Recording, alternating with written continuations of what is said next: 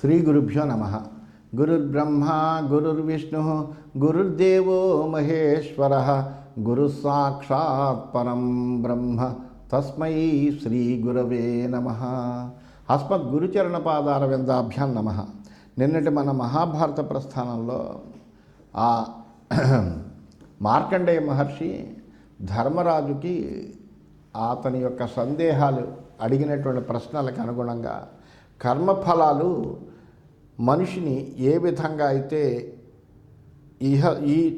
ఇహలోకంలోనూ పరలోకంలోనూ కూడా ఎలా అనువృత్తమవుతాయో, ఎటువంటి వాళ్ళు జ్ఞానులైనటువంటి వాళ్ళు ఎలాగా ఈ కర్మఫలాలని పొందుతూ ఉంటారు, అట్లాగే ఈ కర్మఫలాలు ఎవరు ఏ విధంగా ఇక్కడ సుఖం అనిపించిన వాళ్ళు పరలోకంలో దుఃఖం అనిపించడం, పరలోకంలో దుఃఖం అనిపించినటువంటి వాళ్ళు ఇక్కడ సుఖం అనిపించడము, ఇక్కడ పరలోకంలో కూడా సుఖాన్ని అనుభవించడము, ఇట్లా రకరకాలుగా జరుగుతూ ఉంటాయి. ఇవన్నీ ఎలా జరుగుతాయంటే ఈ పనుల వల్ల జరుగుతూ ఉంటాయి అంటూ అవన్నీ వివరంగా చెప్పేటప్పటికీ అమితమైన ఆనందాన్ని పొందినటువంటి ధర్మరాజు వెంటనే ఇంకా జిజ్ఞాస ఆయనకి ఏంటంటే, గొప్పవాళ్ళు ఎవరైనా ఎక్కడైనా కనిపిస్తే వాళ్ళ దగ్గర ధార్మికమైనటువంటి అనేకమైన విషయాల్ని గుచ్చి ప్రశ్నలు వేస్తూ వాళ్ళ దగ్గర నుంచి సారాన్నంతటిని కూడా గ్రహించడానికి ఇష్టపడుతూ ఉంటాడు. అంతటి జిజ్ఞాసు. అందువలన ఆయన మళ్ళీ వెంటనే అడిగాడు, మరి బ్రాహ్మణుల గురించి చెప్పయ్యా, ఆ బ్రాహ్మణులు ఏ విధంగా వాళ్ళ యొక్క మాహాత్మ్యం ఎలా ఉంటుంది, బ్రాహ్మణులు అంటే చాలా గొప్పవాళ్ళు కదా, వాళ్ళు తపస్సు స్వాధ్యాయము అన్నీ కలిగినటువంటి వాళ్ళు, అందువల్ల వాళ్ళ యొక్క మహాత్మ్యాన్ని గురించి చెప్పవయ్యా అని అడిగాడు. అడిగితే చెబుతున్నాడు ఆయన, ఇలా హైహేరాజులలో ఉన్నటువంటి బలి ఒక రోజుని మృగ చర్మాన్ని ఇలా కప్పుకున్నటువంటి ఒక ముని ఉంటే వాడిని చూసి గబుక్కుని మృగమైన భ్రాంతితోటి సంహరించాడు. తర్వాత అతడు మునిని తెలుసుకుని చాలా బాధపడ్డాడు. వెంటనే తన మిగిలిన రాజబృందం దగ్గరికి వచ్చి ఇలా జరిగిందని చెప్తే వాళ్ళందరూ కూడా దుఃఖపడ్డారు. వెంటనే అరిష్టినేమి దగ్గరికి వెళ్ళారు వీళ్ళందరూ కూడా. వెళ్ళి, మహాప్రభో, మా వల్ల ఈ పొరపాటు జరిగింది, ఏమిటో దీని గురించి తెలియజేయండి అని వాళ్ళందరూ కూడా అడిగారు. అడిగితే అప్పుడు, నా తపస్సు యొక్క బలాన్ని మీరు చూద్దరు కానీ నడవండి, అసలు ఎక్కడ మీరు చంపినటువంటి వాడు ఎక్కడున్నాడు, ఏది చూపించండి అన్నారు. తీసుకొచ్చేటప్పటికి అక్కడ ఆ శవమే లేదు. వెంటనే ఇదేమిటా మహానుభావ అంటే, ఎవరైతే వీళ్ళు ఈ బలి సంహరించేయడం అనుకున్నాడో అతడు తిరిగి సజీవంగా కనిపించేప్పటికి వెంటనే అడిగాడు, ఏమయ్యా ఇదేమిటి, ఇది తపోబలమేనా, లేకపోతే ఏమిటి, ఎంతటి శక్తి ఎలా వచ్చింది, సంహరింపబడ్డాడు మేము చూసాము, అటువంటి వాడు మళ్ళీ ఎలా బ్రతికొచ్చాడు అని అంటే, అరిష్టినేమి వాళ్ళతో చెబుతున్నాడు. కారణంబ ప్రవక్ష్యామి హేతు యోగ సమాసుత మృత్యు ప్రభవనేయేన నాస్మాకం నృపసత్తమాః శుద్ధాచారాః నలసాః సంధ్యోపాసన తత్పరాః శుద్ధాన్నాః శుద్ధసుధనాః బ్రహ్మచర్య వ్రతాన్వితాః సత్యమేవాభిజానీమో నానృతే కుర్మహే మనః స్వధర్మమనుతిష్ఠామః తస్మాన్ మృత్యుభయం ననః. దానికి కారణాన్ని నేను సహేతుకంగా చెప్తున్నాను వినండి అన్నాడు. చాలా అద్భుతమైన వ్యాసుడు మనకు అందించినటువంటి ధర్మం అనేటువంటిది లేదు. ఇది చాలా అత్యద్భుతమైనటువంటి విషయం చెప్తున్నాడు ఇక్కడ. ఏమని చెప్తున్నాడంటే, అరిష్టినేమి ద్వారా మన అందరికీ కూడా తెలియజెప్తున్నాడు. ఈ కారణాన్ని మీకు హేతుపూర్వకంగా చెప్తున్నానయ్యా, మాకు మరణం లేదు, అయితే మాకు మరణం లేకపోవడానికి మేము ఏమైనా గొప్పవాళ్ళము ఎలాగా అని అనుకుంటారేమో. నేను చెప్తాను వినండి. మేము పవిత్రమైనటువంటి ఆచారం కలిగినటువంటి వాళ్ళు. అంటే ఆచారం ఎంత గొప్పదో చెబుతున్నాడు ఇక్కడ. పవిత్రమైనటువంటి ఆచారం కలిగిన వాళ్ళము, మాకు ఏ విధమైనటువంటి అశ్రద్ధ అనేటువంటిది అసలు లేదు. మేము ఎల్లప్పుడూ కూడా సంధ్యోపాసన తత్పరం, త్రికాలాల్లోనూ కాలాతిక్రమణం జరగకుండా చక్కగా సంధ్యను ఆచరించేస్తాం. అందులో సంధ్యోపాసన 3 కాలాల్లోనూ సమయంలో మేము చేస్తాము. పవిత్రమైనటువంటి అన్నాన్ని తింటాము. అన్నాత్ పాపాభవంతి అంటారు. అన్నం వలన పాపములన్నీ సంక్రమిస్తూ ఉంటాయని. ఏ దుర్మార్గమైనటువంటి సంపాదనతో సంపాదించినటువంటి వాడు భోజనం మనం చేసాము అంటే కనుక ఆ దుర్మార్గము తాలూకు పాపమంతా కూడా మనకు ఈ అన్నం తినడం వల్ల కూడా వస్తుంది అని శాస్త్రం చెబుతుంది. అందువలన ఏంటంటే, మేము పవిత్రమైనటువంటి అన్నాన్ని తింటామయ్యా. పవిత్ర మార్గంలోనే ధనాన్ని సంపాదిస్తాం. అందుకనే ధర్మ అర్థ కామ మోక్షాలు అన్నారు. ఈ మోక్షం అనేటువంటిది మనకు కనిపించినదైతే ముందర ధర్మాన్ని ఎందుకు చెప్పారు అంటే ఈ అర్ధకామాలు రెండిటితోటి అనుసంధానమై ఉండాలి. ధర్మమైనటువంటి అర్థం ఉండాలి, ధర్మమైనటువంటి కామం ఉండాలి. ఈ రెండు ఇట్లా ఉండాలి. అందువలన మేమేం చేస్తామంటే పవిత్రమైనటువంటి మార్గంలో ధనాన్ని సంపాదిస్తున్నాము, బ్రహ్మచర్యాన్ని స్వీకరించి పాటిస్తూ ఉంటాము. మాకు సత్యమే తెలుసు, అసత్యం తెలియదు. ఎప్పుడు కూడా సత్యమే మాట్లాడతాం. అసత్యం వైపు వెళదామన్నా మా మనసు వెళ్ళదు. స్వధర్మాన్ని, మా ధర్మం ఏదో మేము ఆ ధర్మాన్ని ఆచరిస్తాము. అందువల్ల మాకు అసలు మృత్యు భయం లేదన్నాడు. అంటే ఈ ఆచారము కనుక మనం ఇట్లా చేసేము అంటే వాడికి మృత్యు భయం ఉండదు, రోగ భయం ఉండదు, ఏమీ ఉండదు, హాయిగా ఉంటాడు. యద్ బ్రాహ్మణానాం కుశలం తదేషాం కథయామహే నైషాం దుశ్చరితం బ్రోమః తస్మాన్ మృత్యుభయం ననః అతిథీనన్నపానేన భృత్యాననత్యసనేన చ అసత్యనశనేన చ సంభోజ్య శేషమస్నీమః తస్మాన్ మృత్యుభయం ననః. ఇంకా బ్రాహ్మణుల యొక్క మంచితనాన్ని గురించే మేము మాట్లాడతాం, వాళ్ళ చెడుని అసలు ఎవరి గురించైనా సరే మనం ఏమన్నా గుణేషు క్రియతాం యత్న అన్నారు. అంటే గుణాలని గ్రహించిన మంది ఉండాలి తప్ప వాళ్ళ చెడ్డ పనులు, దుష్టమైనటువంటి సంస్కారాలు వాటి గురించి చర్చించుకోవాల్సినటువంటి ఆవశ్యకత ఎందుకు? ఏ మనిషిలో అయినా ఉన్నటువంటి మంచిని నువ్వు గ్రహించు, చెడుని వదిలిపెట్టే. అప్పుడు నీకు లోకమంతా కూడా ఒకే దృష్టిలో కనిపిస్తుంది. అందువలన ఎవరి మీద నీకు ద్వేషభావం ఉండదు. ఆ ప్రకారంగా అందువలన మేము ఏం చేస్తాము, మంచిని గురించే మాట్లాడతాం, వాళ్ళ చెడుని గురించి అసలు ప్రస్తావించాం. అందువలన మాకు అసలు మృత్యు భయం లేదయ్యా. అలాగే అతిథి వస్తే కనుక అతన్ని అన్నపానాలతో ఆదరిస్తాం. అయ్యో ఈ సమయానికి వచ్చేటప్పుడు ఇప్పుడు వండాలి అని అనుకోకూడదు. ఎప్పుడు కూడా ఒక అతిథి వస్తే వానికి భోజనం పెట్టడానికి అసలు నీ కోసము కేవలము తన కోసమే తనం వండుకుని తినడం అనేటువంటిది మహాపాపం. తన కోసం తనం వంట చేయకూడదు అంటున్నది శాస్త్రం. అందువలన అతిథులు ఎప్పుడు వచ్చినప్పటికీ వాళ్ళని అన్నపానాలతో ఆదరిస్తామయ్యా. అలాగే సేవకులు ఎవరైతే ఉన్నారో వాళ్ళ కడుపు నిండా అన్నం పెడతాము, దాన్నే మేము తింటాం కూడా. మిగిలినటువంటి దాన్ని ఏదైతే అంటే అతిథులకి పెట్టగా, సేవకులకి పెట్టగా మిగిలినటువంటి ఏ అన్నం అయితే ఉంటే ఆ అన్నాన్ని మేము తింటాం. కాబట్టి అసలు మాకు మృత్యుభయం లేదయ్యా. శాంత దాంత క్షమాశీలా తీర్థదానపరాయణా పుణ్యదేశ నివాసాచ తస్మాన్ మృత్యుభయం ననః తేజస్వి దేశవాసాచ తస్మాన్ మృత్యుభయం ననః. మేము శాంతంగా ఉంటాము, ఇంద్రియాలని జయించినటువంటి ఇంద్రియ వ్యామోహం మాకు అసలు లేనే లేదు. సహనమైనటువంటి మార్గం కలిగినటువంటి వాళ్ళము, సహనశీలము, తీర్థదానాలు చేసేటువంటి వాళ్ళము, పుణ్య ప్రదేశాల్లోనే నివాసం చేస్తూ ఉంటాము. కాబట్టి మాకు మృత్యుభయం అనేది లేదయ్యా. మేము తేజోమూర్తులు ఎక్కడైతే నివసిస్తూ ఉంటారో అక్కడ నివసిస్తాం. అందువల్ల అసలు మాకు మృత్యుభయం అసలు లేదు. ఏ తద్వై లేసమాత్రం వ సమాఖ్యాతం విమత్సరాః గచ్చద్వం సహితా సర్వే న పాపాద్ భయమస్తినః. అందువలన ఓ రాజులారా, మీకు ఇదంతా కూడా నేను చాలా టూకీగా లేసమాత్రంగానే చెప్పాను. నేను మీకు వీళ్ళందరూ అంతా కలిసి వెళ్ళండి. ఈ హత్యా పాపం గురించి మీరేమీ ఆలోచించక్కర్లేదు, భయపడక్కర్లేదు. మీకు ఏ విధమైనటువంటి పాపము రాదు. ఏమస్మితి తే సర్వే ప్రతిపూజ్య మహాముని స్వదేశమగవన్ హృష్టా రాజానో భరతర్షభ. అప్పుడు వాళ్ళందరూ కూడా మహాముని నమస్కారమయ్యా అని చెప్పి వాళ్ళందరూ కూడా ఆ మహామునిని పూజించి ఆనందంగా వాళ్ళ దేశానికి వాళ్ళు వెళ్ళయ్యారు. ఇది శ్రీమన్ మహాభారతే వనపర్వణి మార్కండేయ సమస్యాపర్వణి బ్రాహ్మణ మాహాత్మ్య కథనే చతురశీత్యధిక శతమోధ్యాయ. ఈ విధంగా శ్రీమన్ మహాభారతంలో వనపర్వంలో మార్కండేయ సమస్యాపర్వం అనే ఉపపర్వంలో బ్రాహ్మణ మాహాత్మ్య కథనము అనేటువంటి 184 అధ్యాయం ఏంది, మనం 185 అధ్యాయంలోకి ప్రవేశించాం. మార్కండేయుడు చెబుతున్నాడు ఇంకా, భూయ ఏవ మహాభాగ్యం బ్రాహ్మణానాం నిబోధమే వైన్యో నామేహ రాజర్షి అశ్వమేధాయ దీక్షితః. ఆ మార్కండేయుడు చెప్పినాడు, ధర్మరాజా ఇంకా మీకు బ్రాహ్మణుల యొక్క మహాత్మ్యాన్ని చెప్తాను. ఇదొక కథ చెప్పాను మీకు. ఇంకా మీకు ఆ బ్రాహ్మణుల యొక్క మహాత్మ్యాన్ని చెప్తాను వినండి. వైన్యుడు అనేటువంటి ఒక రాజర్షి ఉన్నాడయ్యా. ఆయన అశ్వమేధ యాగానికి దీక్ష పూనాడు. తమత్రిర్గంతుమారేభే విత్తార్థమితి నశ్రుతం భూయోర్ధం నానురుధ్యత్ సధర్మ వ్యక్తి నిదర్శనాత్. అత్రి మహర్షి ధనం కోసమని వైన్యుడి దగ్గరికి వెళ్ళాలనుకున్నాడు అని విన్నాను. కానీ అత్రి తన ధర్మ వ్యక్తిత్వాన్ని బయట పెట్టుకోవాల్సి వస్తుంది అనేటువంటి భావంతో డబ్బు కోసం వెళ్ళలేదు అతను ధనం కోసం వైద్యుని దగ్గరికి వెళ్ళాడు అని విన్నాం. కానీ అత్రి ఎప్పుడు కూడా ధర్మ వ్యక్తిత్వాన్ని బయటపరచుకోవాల్సి వస్తుంది. ఎప్పుడైతే తన ధర్మమైనటువంటి వ్యక్తిత్వాన్ని బయట పెట్టుకోవాల్సి వస్తుందనే ఉద్దేశంతో డబ్బు కోసం అతను వెళ్ళలేదు.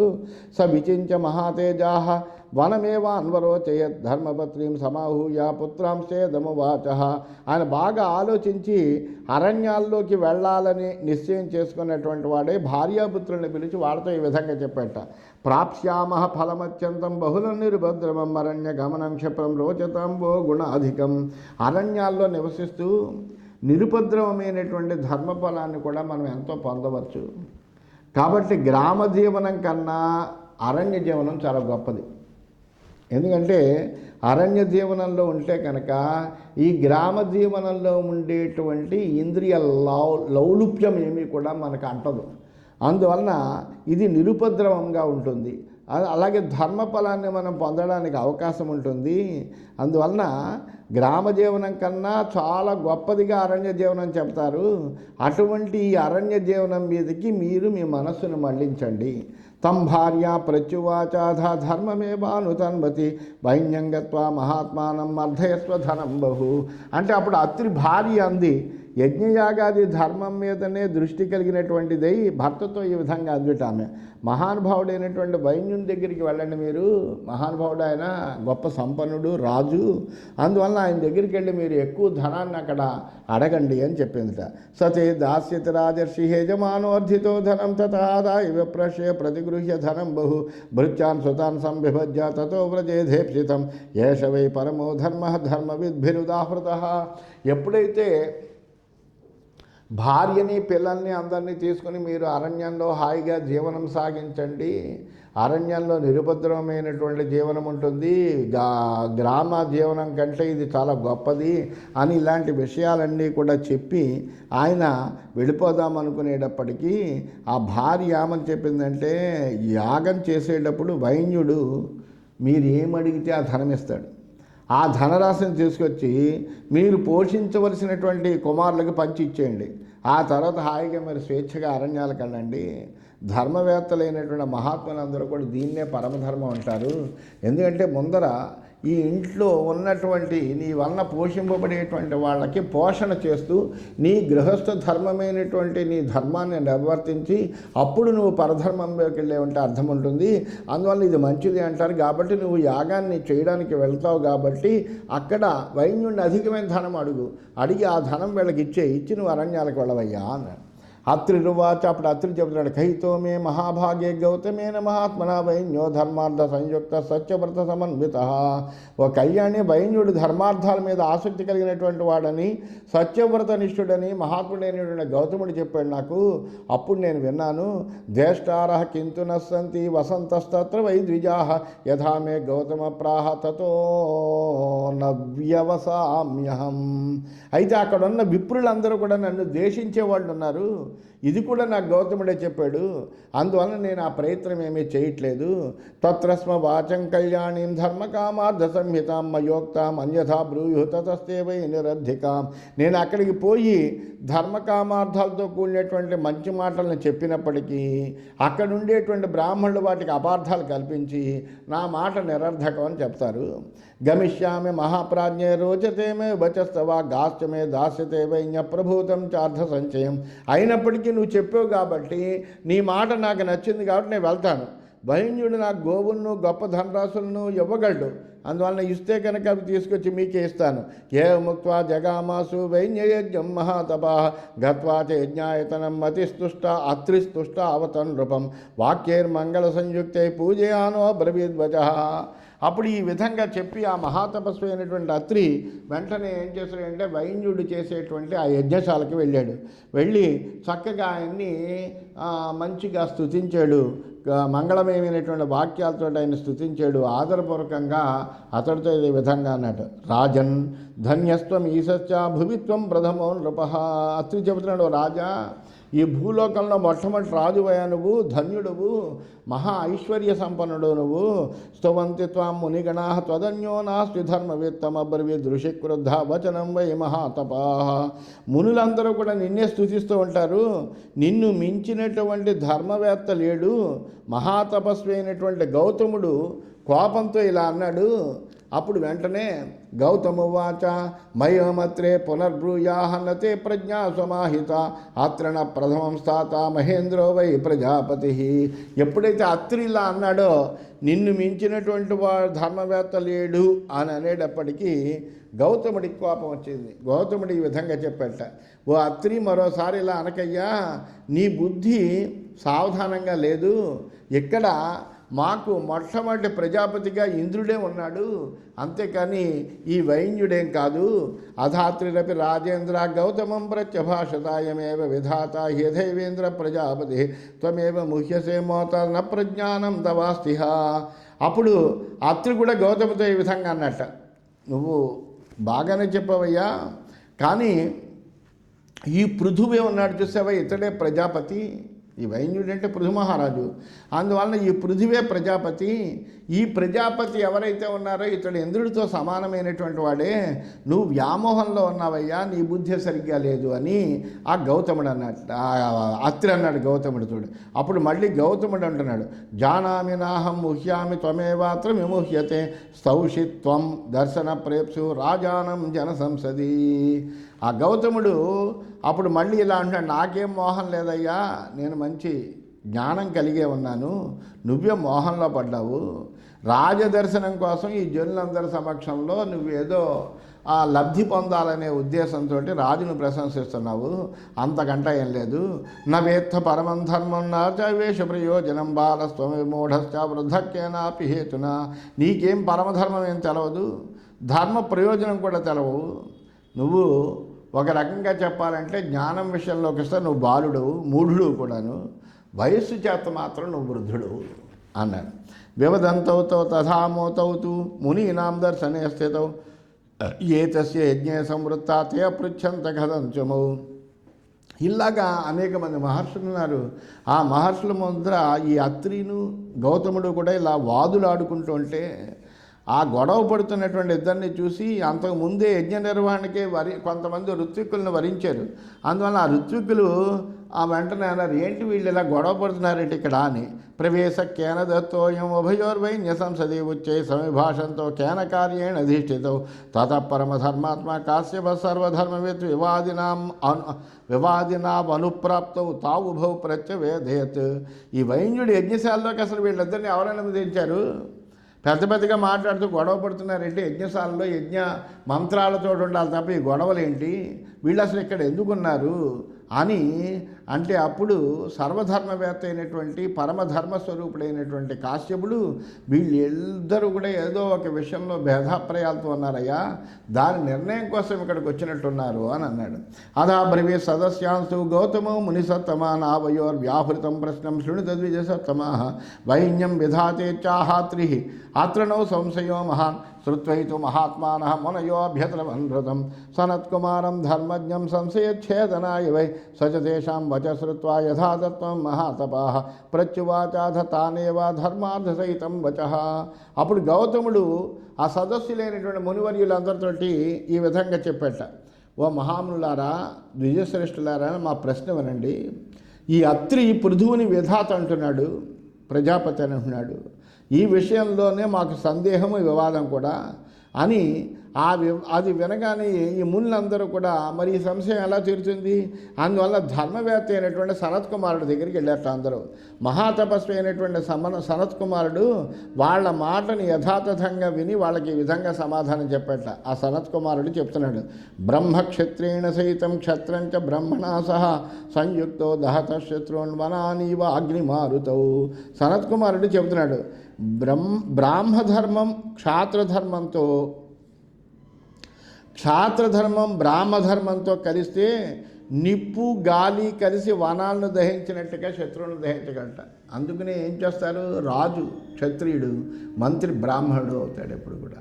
అంటే ఏంటి, బ్రాహ్మధర్మము క్షాత్రధర్మము కలవాలి. కలిస్తే కనుక అవి నిప్పు గాలి కలిసినట్టుగా ఉంటుందట. ఆ శత్రువులన్నీ కూడా దహించగలవట. అందువలన బ్రాహ్మణ బలంతో కలిస్తే రాజుకి ఎప్పుడు కూడా బలం. కేవలం తన బాలం చాలదంటే కేవలము బాహుబలమే సరిపోతుంది అని అనుకోకర్లే. బాహుబలం ఎప్పటికీ కూడా సరిపోదు, బుద్ధిబలం కావాలి.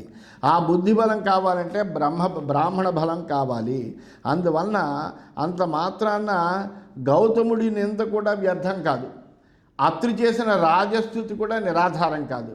రాజస్థుతి లోభమూలకంగా కనిపిస్తున్న ధనాన్ని ఆశించినటువంటి వాడు రాజులో లేని విశేషణాలైనా వాడి రాజును స్తుతించవలసింది. రాజుని ఎప్పుడు కూడా రాజు దగ్గరికి వచ్చినప్పుడు రాజును స్తుతించాల్సిందే, అందులో ఏ విధమైన సందేహం లేదు అని ఆయన సనత్ కుమారుడి యొక్క భావం అది. అటువంటి ఉద్దేశంతో ఆయన ఏమన్నాడంటే బ్రహ్మ క్షత్రేణ సహితం క్షత్రంచ బ్రహ్మణా సహా సంయుక్తో దాత శత్రువున్ మనాని వాగ్ని మారుతో అన్నాడు. అందువల్ల బ్రాహ్మధర్మం క్షాత్రధర్మంతో, క్షాత్రధర్మం బ్రాహ్మధర్మంతో కలిస్తే కనుక నిప్పు గాలి కలిసి వనాలను దహించినట్టుగా శత్రువుల్ని దహించగలరు అని చెప్పాడు. రాజా వై ప్రహితో ధర్మ ప్రజానాం పతిరేవ చ సయేవ శక్ర శుక్రశ్చ సధాత చ బృహస్పతి. అంటే రాజే ధర్మము, రాజే ప్రజాపతి, రాజే ఇంద్రుడు, రాజే శుక్రుడు, రాజే బ్రహ్మ, రాజే బృహస్పతి, అందరూ కూడా రాజే. ప్రజాపతిర్ విరాట్ సమ్రాట్ క్షత్రియో భూపతిర్నృభయేభిస్తూయతే శబ్దే కస్తం నార్చితుమర్హతి. పురాయో నిర్యుధాదిత్యాభియాముదితో భవః స్వర్ణేతా సహజిద్బభ్రుః ఇతి రాజాభిధీయతే. సత్యయోని పురావిచ్చ సత్యధర్మ ప్రవర్తకః అధర్మాదృశయో భీతాః బలం క్షత్రే సమాదధన్. ఈ రాజే ప్రజాపతి, రాజే విరాట్లు, రాజే సమ్రాట్లు, రాజే క్షత్రియుడు, రాజే భూపతి, రాజే నృపుడు, ఇలా అన్ని శబ్దాలతోటి కూడా రాజు స్తుతింపబడతాడు. ఆయన అందరూ కూడా పూజిస్తారు. అందువల్ల పురాయోని, యుధాచిత్తు, అభియుడు, ముదితుడు, భవుడు, స్వర్ణేత, సహజిత్తు, బభ్రువు ఇవన్నీ కూడా రాజుకు పేర్లే. రాజే సత్యానికి అంతటికీ కూడా కారణము. రాజే ప్రాచీనమైనటువంటి చరిత్ర అంతా తెలిసినటువంటి వాడు. సత్యధర్మ ప్రవర్తకుడు కూడా రాజే. మహర్షుల అధర్మం వలన భయపడి బ్రాహ్మ బలాన్ని క్షత్రియుల్లో నిక్షేపించారు వాళ్ళు.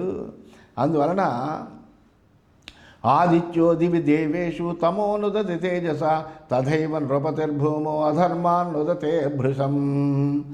దేవలోకంలో దేవతల్లో సూర్యుడు ఏం చేస్తాడంటే తన తేజస్సుతోటి చీకటిని అంతటిని కూడా పారద్రోలుతాడు.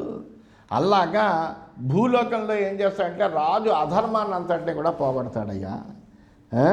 తతో రాజ్ఞ ప్రధానత్వం శాస్త్ర ప్రామాణ్య దర్శనాత్ ఉత్తర సిద్ధ్యతే పక్షో ఏన రాజేతి భాషితం. కాబట్టి శాస్త్ర ప్రమాణాలను అనుసరించి చూస్తే కనుక రాజు చాలా ప్రధానమైనటువంటి వాడు. అందువల్ల రాజుని ఇంద్రుడు అనొచ్చు, రాజుని చంద్రుడు అనొచ్చు, రాజుని ప్రజాపతి అనొచ్చు, ఏదైనా అనొచ్చయ్యా. రాజే విధాత అనేటువంటి పలికినటువంటి వాడి మాట ఏదైతే ఉందో ఆ మాట శ్రేష్టమైనటువంటి వాక్యం తప్ప అందులో ఏ విధమైనటువంటి అసత్యము లేదు అని సనత్ కుమారుడు ఆయన ప్రమాణభూతంగా ఆయన చెప్పేటప్పటికీ అప్పుడు వెంటనే ఈ వృత్తాంతం అంతా కూడా మార్కండేయుడు ధర్మరాజుకి పాండవులకి చెబుతున్నాడు కృష్ణుడి సమక్షంలో. అట్లాగే ఈ వృత్తాంతాలన్నీ కూడా వైశంపాయనుడు జనమేజయుడికి చెబుతున్నాడు. అందువలన ఇలాగా చాలా అద్భుతమైనటువంటి ధర్మాన్నంతటినీ కూడా ఇక్కడ చెప్పాడు. ఆ తర్వాత ఇంకా మార్కండేయుడు ఆ వృత్తాంతాన్ని కొనసాగిస్తాడు. అది రేపటి విషయంగా చూద్దామని తెలియజేస్తూ స్వస్తి.